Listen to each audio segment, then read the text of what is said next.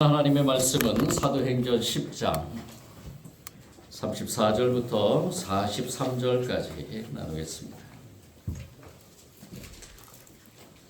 제가 가지고 있는 신약성경 205면 정도 있습니다. 이 시간 우리에게 주시는 하나님의 말씀을 믿고 한 절씩 교독할 때 주님의 음성 듣기를 원합니다. 베드로가 입을 열어 말하되 내가 참으로 하나님은 사람의 외모를 보지 아니하시고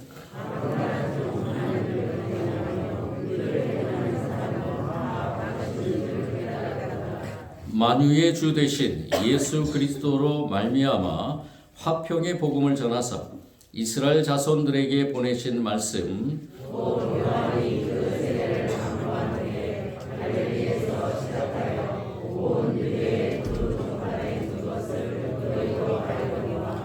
하나님이 나사렛 예수에게 성령과 능력을 기름 부으듯 하셨음에 그가 두루 다니시며 선한 일을 행하시고 마귀에게 눌린 모든 사람을 고치셨으니 이는 하나님이 함께 하셨음이라.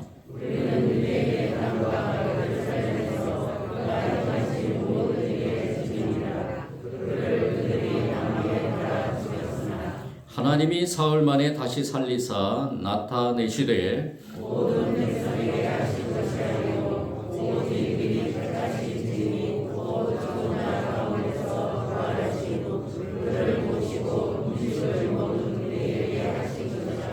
우리에게 명하사 백성에게 전도하되 하나님이 살아있는 자와 죽은 자의 재판장으로 정하신 자가 곧 이 사람인 것을 증언하게 하셨고 그에 대하여 모든 선지자도 증언하되 그를 믿는 사람들이 다 그의 이름을 힘입어 죄 사함을 받는다 하였느니라. 아멘.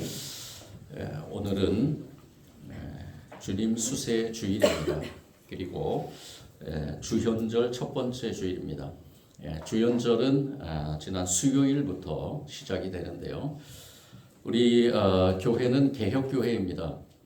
마틴 루터나 갈빈이나 즈빙글리 이러한 신학자들에 의해서 중세 교회에서 개혁을 해서 개혁교회로 세움받은 또 하나님의 뜻으로 이루어진 그러한 교회로서 개혁교회입니다. 그런데 개혁교회이지만은 교회의 전통 속에서 우리가 교회의 모든 교리나 또 말씀에 따라서 우리가 그 말씀을 해석하고 나아갑니다. 이 절기도 마찬가지입니다. 이 절기도 초대교회로부터 시작한 그러한 어떻게 보면은 예수 그리스도를 중심으로 해서 교회의 절기가 이루어지는데요. 이 교회의 이 전통적인 절기는 하나의 큰 두 축으로 이루어집니다. 그것은 바로 부활의 절기와 성탄의 절기입니다.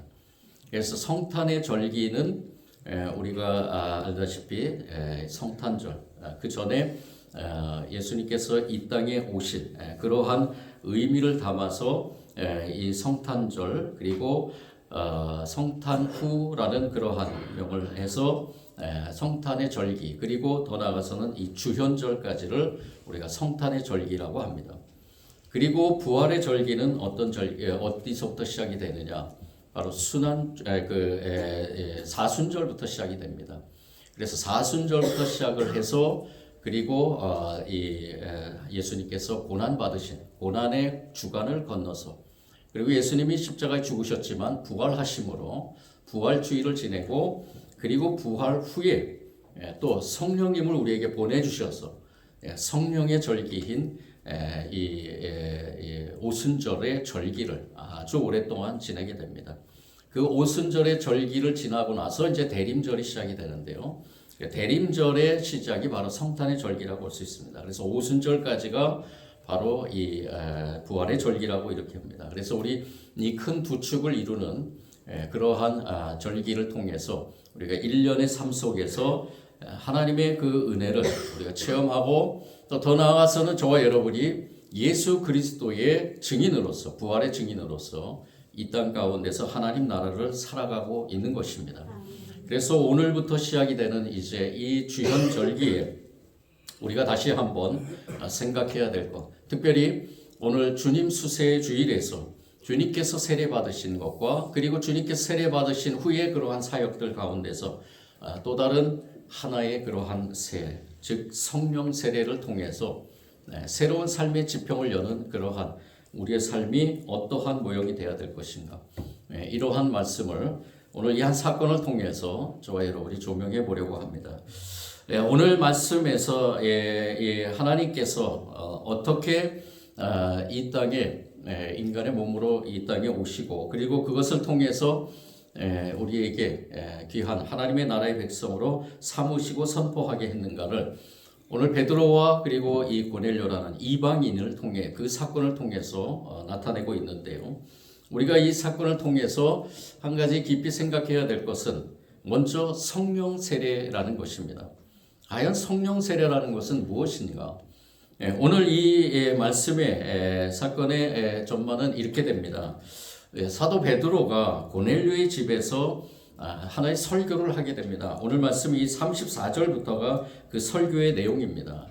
이 사도 베드로가 설교를 하게 된 계기가 어떤 계기였느냐? 이 베드로는 유대인입니다. 유대의 전통에 의해서 교육을 받았고 또 유대 전통에 의해서 살아왔습니다. 그런 가운데서 예수님의 부르심에 의해서 예수님의 제자가 되고 유대인의 전통 속에서 또 다른 하나님의 뜻을 이루는 바로 예수 그리스도의 부활의 증인이 되는 그러한 사도로서의 역할을 감당하게 됩니다. 그런데 이 사도로서의 역할을 감당하는 가운데서 이 베드로는 한 가지 아주 중요한 체험을 하게 되는데 그 체험이 무엇이냐? 바로 성령 체험입니다.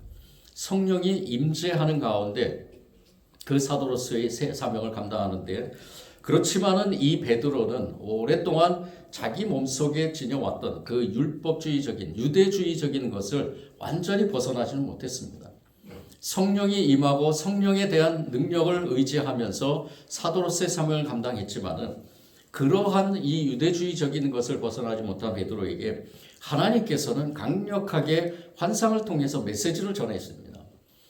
이 사도 베드로가 낮잠을 자고 있는데 위에서 하늘에서 이 유대인들이 율법에 의해서 먹지 못하는 그러한 짐승들을 보내주시면서 사도 베드로에게 먹으라라고 명합니다. 하나님께서 이것을 명한 것, 이 베드로는 자신이 배워왔고 자신이 익혀왔던 오래전부터 이 학습되어 왔던 그러한 신앙의 고백 속에서 도저히 이것을 먹을 수 없는 가운데 하나님께서는 강력하게 권고하시면서 이것을 먹으라고 하셨던 것입니다. 이게 어떤 의미인가? 베드로는 그때 한 가지 깨닫게 됩니다.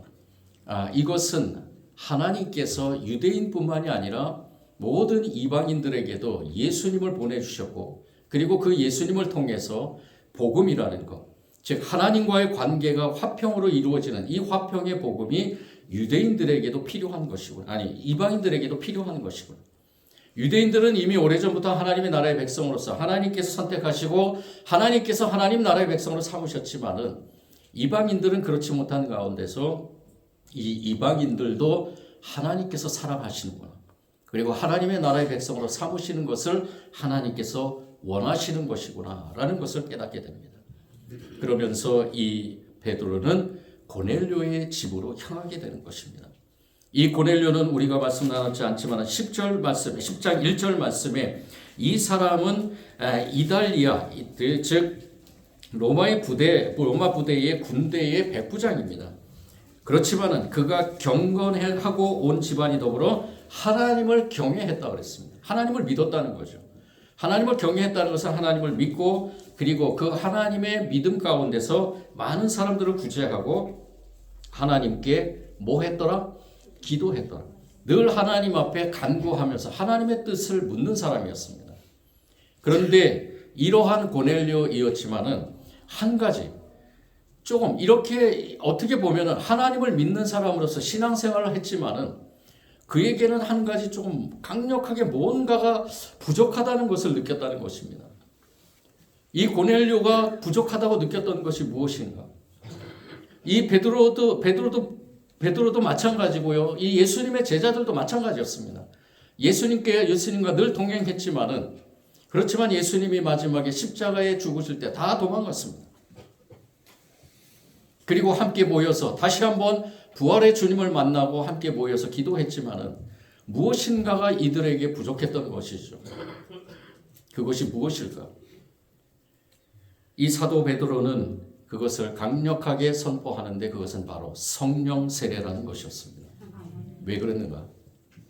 먼저는 예수님께서 이 성령 세례를 받음으로 사역을 시작하는 것.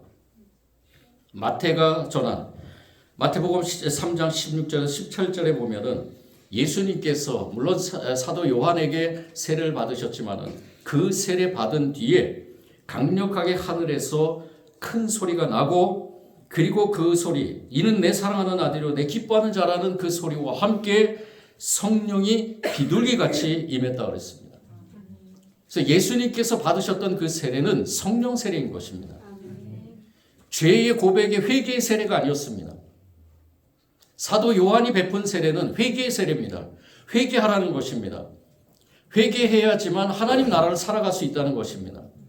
그런데 예수님께서 받으셨던 것은 회개의 세례가 아니라 성령 세례였다는 것입니다. 왜 그랬을까요? 예수님은 죄인이 아니었기 때문에 하나님으로서 이 땅에 인간의 몸으로 오신 성자 하나님이셨기 때문에 그런데 이 성자 하나님이신 예수님께서 이러한 성령 세례를 받음으로 그리고 그 세례를 통해서 본격적인 사역을 시작하신 것입니다. 이것을 사도 베드로는 깨닫고 그리고 그것을 고넬료와 함께 그 가정에 선포하신 것입니다. 예수님이 받았던 세례가 어떤 세례인가? 당신은 알고 계십니까? 당신이 하나님을 경외하고 그리고 하나님을 믿음으로 모든 구제 사업에도 힘쓰고 하나님과 같이 했지만은 당신도 마찬가지로 성령 세례를 받아야 된다는 겁니다. 성령 세례를 받아야 하지만 새로운 삶의 지표가 연다는 거예요.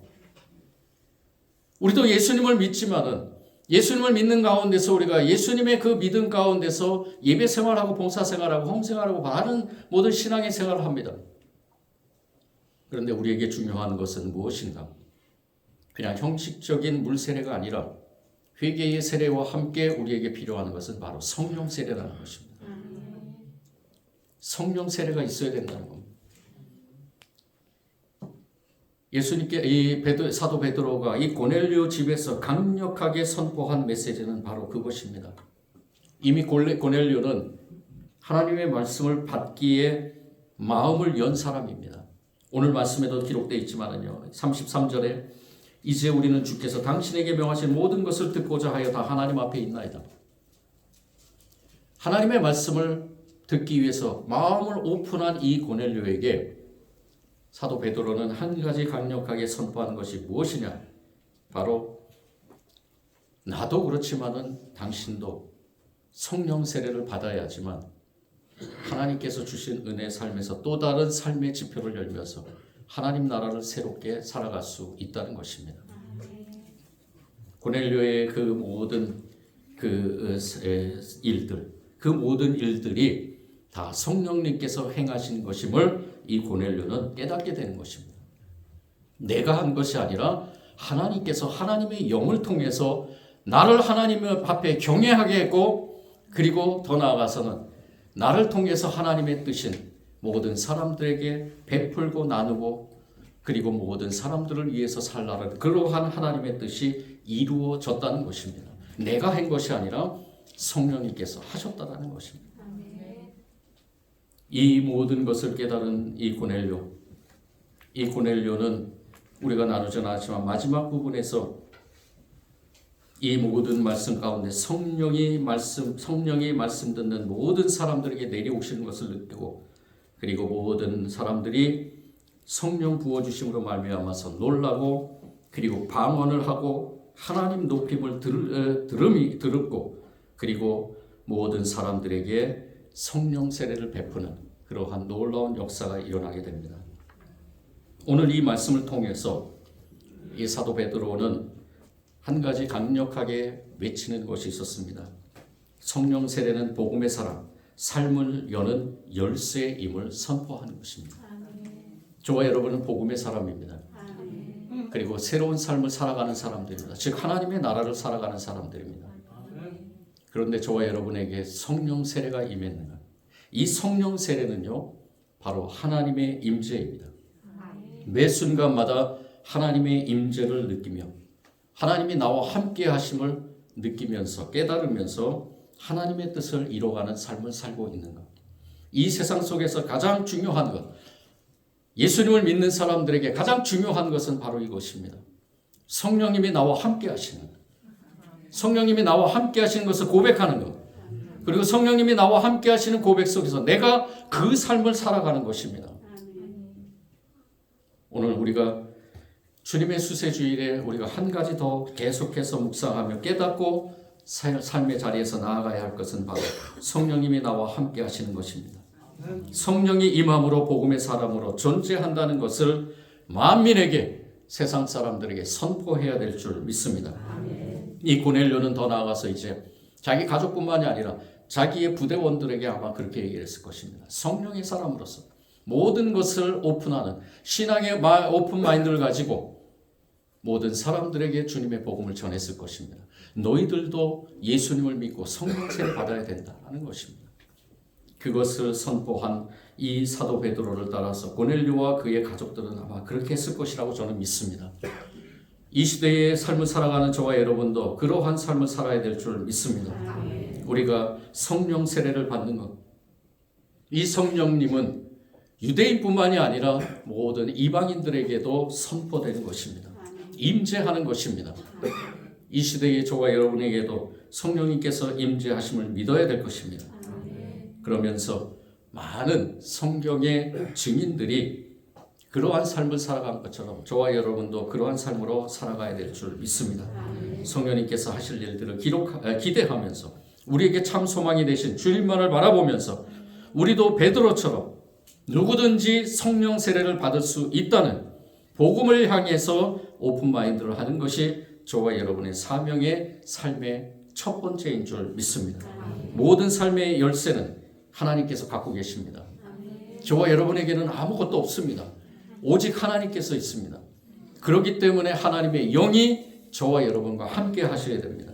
하나님이 임재하는 삶은 새로운 삶을 여는 방식입니다. 이러한 방식을 저와 여러분도 공유해야 될 것입니다.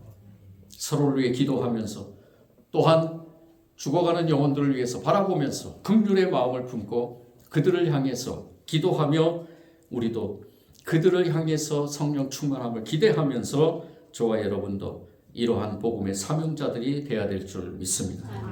그러기 위해서 저와 여러분이 먼저 해야 될 것이 있습니다. 성령 세례는 반드시 선행돼야 될 것, 바로 죄의 고백입니다. 회개입니다.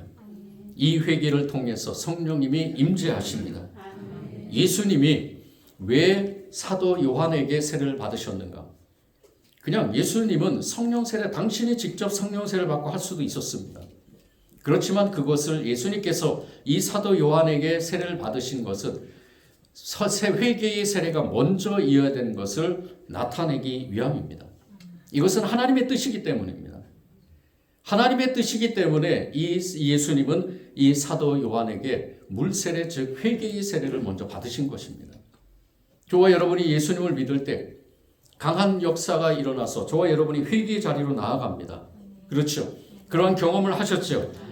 그리고 우리는 교회법에 의해서 세례를 받습니다. 물세례를 받습니다. 침례를 받았을 것입니다. 그리고 모든 것을 하나님께 영광 돌리면서 그 세례의 자리에서 저와 여러분이 또 한 가지 중요한 것을 경험합니다. 그리고 삶의 자리에 나아가서 또 우리가 기대하며 소원하며 하나님께서 주신 귀한 성령의 세례를 받아 나갑니다. 이것이 바로 하나님께서 우리를 향해 원하시는 신앙의 원리입니다. 그러기 위해서는 우리는 매 순간 이 성령 세례, 성령의 임재를 우리가 기대하면서 늘 회개의 자리로 나아가야 될 줄 믿습니다. 하나님과 화평하지 못하도록 가로막는 죄성, 벽은 어떤 것일까? 저와 여러분이 늘 그것에 대해서 깨어 기도해야 될 것입니다. 게으름, 불신, 부정적인 생각과 말, 상대방을 쉽게 판단하고 정죄하는 습관 같아도 하나님의 은혜를 받아들이지 못하고 거부하는 그럴싸한 자기 합리화, 순간을 모면하기 위해 핑계를 대는 잘못된 습관, 겉은 온화하지만 속은 썩을 대로 썩어 상처와 아픔인 죄성, 순종하지 못하는 불순종의 죄, 과거의 아픔과 상처로 반복적으로 넘어지게 하는 죄성, 거짓말, 이러한 모든 죄성에서 저와 여러분이 싸워 승리해야 될 것입니다. 그것은 그 싸움의 자리에 저와 여러분이 혼자 있는 것이 아닙니다. 우리가 그렇게 싸워나가는 그 자리에 성령님께서 함께 하십니다. 그 임재를, 하나님의 임재를 통해서 저와 여러분은 그 성령 세례의 깊은 아주 감격적인 그리고 참 평안을 누리게 될 줄 믿습니다. 우리를 부르시고 자녀 삼으신 이유는 복음의 증인, 우리 삶에 개근하시는, 우리 삶을 성실하게 운행하시는 그 하나님의 은혜를 증언하는 사람으로 파송하기 위함입니다. 많은 선지자와 사도들이 그랬듯이 하나님의 성실하시는 은혜와 함께 우리의 삶의 현장에서 그리스도의 부활을 증언하는 삶이 되어야 될 줄 믿습니다. 하나님께서 성실하게 우리를 이끌어 가실 줄 믿습니다. 오늘 말씀을 우리가 정리하면서 한 가지 또 한 분을 소개합니다. 화면을 하나 열어주시기 바랍니다.